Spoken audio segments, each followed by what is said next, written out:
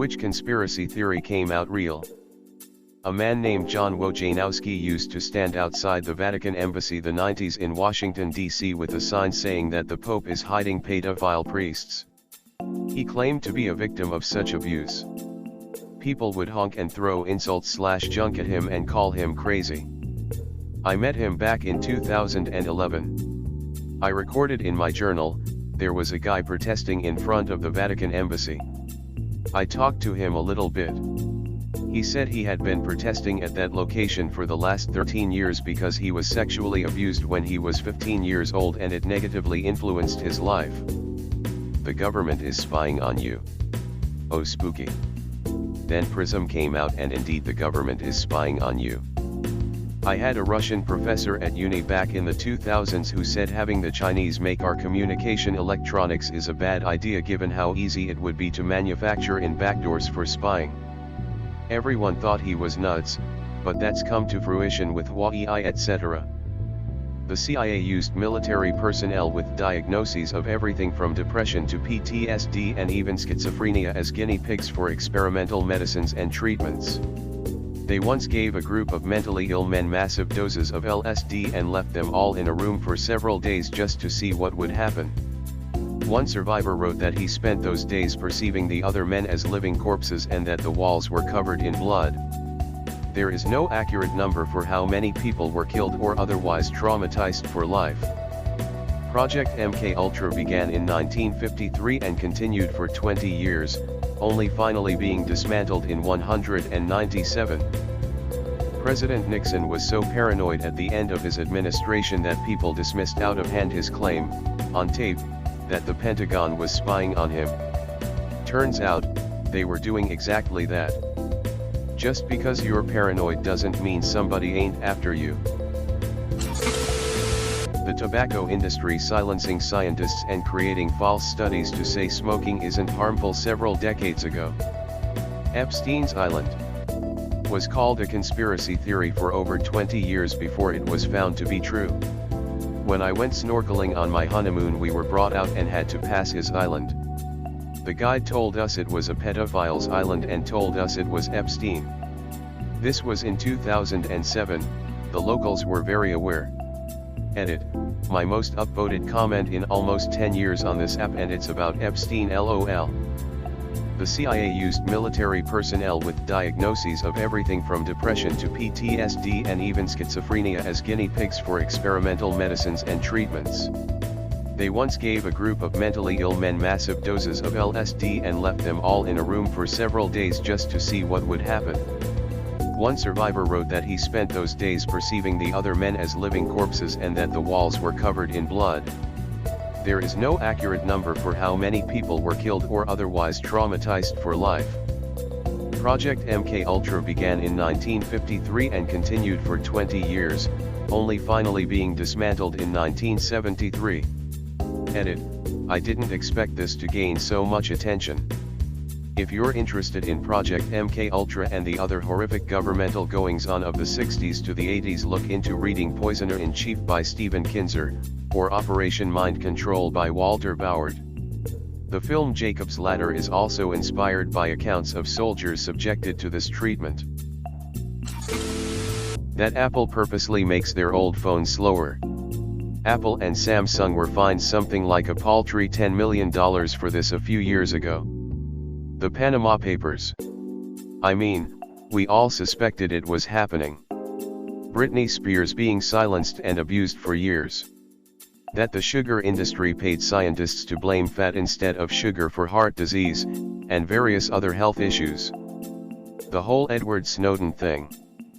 Crack epidemic was fueled and facilitated by the CIA. Documents came out proving the connection between Central American drugs for guns deals and distribution, though Freeway Rick Ross in LA in the 80s. Haven't seen anyone talk about Malcolm X's assassination. An NYPD former officer talked about how NYPD and FBI worked together to get his bodyguards removed so that an assassination could take place. The FBI and local law enforcement stalked, harassed, and blackmailed MLK Jr. They tried to get him to kill himself. They assassinated a leader of the Black Panthers in Chicago and then concocted bogus criminal charges against all the witnesses of the murder to lock them up and discredit them. They had undercover law enforcement officers infiltrate basically every single social justice movement and had a whole playbook based around how to make those movements look more radical/violent/dangerous than they actually are to discredit them. Undercover officers and confidential informants at protests throw bricks or try to start violence. Local law enforcement, prosecutors, and the FBI all lied to judges, juries, grand juries, legislatures, and Congress saying they never did things like this. People had to break into an FBI field office and steal documents to prove they were actually doing this stuff and had to keep their identities secret for decades so they wouldn't be prosecuted or persecuted for their actions. And the FBI and local law enforcement still do this stuff, but everyone acts like they don't. COINTELPRO will change the way you look at media, government, and law enforcement. The first major gun control law was put in place to stop the Black Panthers during the civil rights movement. It was put under safety. Many later came out, and it was on purpose to slow the spread of civil rights and make it easier to control an unarmed black population. Pretty easy to shoot and beat up people of color if they can't defend themselves, and even if they are found with a weapon that they had no intentions of using, they can still put them in jail. You'll see that still to this day in major cities with large minority populations. The scariest thing to the government is when the people stop fighting each other over color, religion, where you grew up, who you voted for, etc., and start asking them why Flint still doesn't have water, or why do we send billions overseas while we have people starving and homeless here. Control.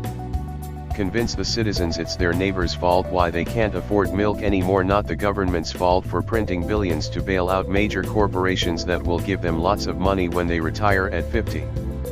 Artificially limiting the lifespan of light bulbs. First suspected for me, relatives of friends still are using bulbs from the Soviet Union manufactured in 1956. Edit, not Soviet Union, but East Germany. And it's an oven bulb. Both oven and bulb still in use. Facebook knowingly harming the psychological health of its users. Jussie Smollett faked a hate crime. What's even worse is he's doubling down on it and appealing the jury's decision. About 20 years ago it came out that governments were researching ways to control the weather. The people who were looking into it were called crazy conspiracy theorists. Well, it was real, but as far as we know not weaponized. This is also known as cloud seeding. The FBI tracking Ernest Hemingway. He became paranoid that they were tracking him. Turns out they were watching him. Do you remember why? I'm curious. Well, he lived in Cuba and I believe was on good terms with Castro. He also worked as a spy for the Soviets in World War II, as well as the OSS World War II C-1A for those who don't know what OSS is. The CIA overthrew the democratically elected government of Iran to install a Shah, who was more friendly to the US in the 1950s. Social media websites shadow ban opinions they disagree with. That Facebook was listening through your phone's mic if you had the app installed to better advertise to you. Smart TVs have also done creepy stuff along similar lines. The dumbing down of America. The NBA refs help fix games. Trump's campaign being spied on. In Super Mario Bros. 3, he wasn't actually rescuing the princess again, was a stage play. Yep, Mario 2 was a dream, Mario 3 was a play. Scientology's invasion on the US government. Project Snow White. Scientology is scary. An untaxed/unregulated cult that has so much money and resources that have to buy buildings and leave them empty so if they don't have as many billions in their accounts. Hiding assets. Have turned at least one town into a ghost town by buying buildings for offices or something. Having no actual use, and leaving towns full of empty buildings. They will spy on you moving PPL in next door.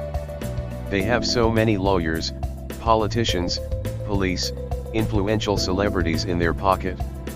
I think the former face of Scientology said they sent people to knock on every door in his neighborhood to warn them he's a pedophile. The power, Reach and money is terrifying. Fucking Lance Armstrong swearing he wasn't doping. His BS denialism ruined so many careers. Fuck that guy. You do realize the Tour de France is dope to all hell, right? And pretty much all professional athletes take performance-enhancing drugs. Why is he any worse than any of them? I refer you to Greg LeMond. He was very much anti-doping and it cost him his career. He called out Armstrong and got hit with a lawsuit. All because Armstrong wouldn't admit the truth. I repeat, F that guy. What do you guys think? Do you agree or disagree with any of the points made in the video? What are some conspiracy theories you found out came true? Let me know in the comments below. Thank you for watching. I hope to see you in the next video.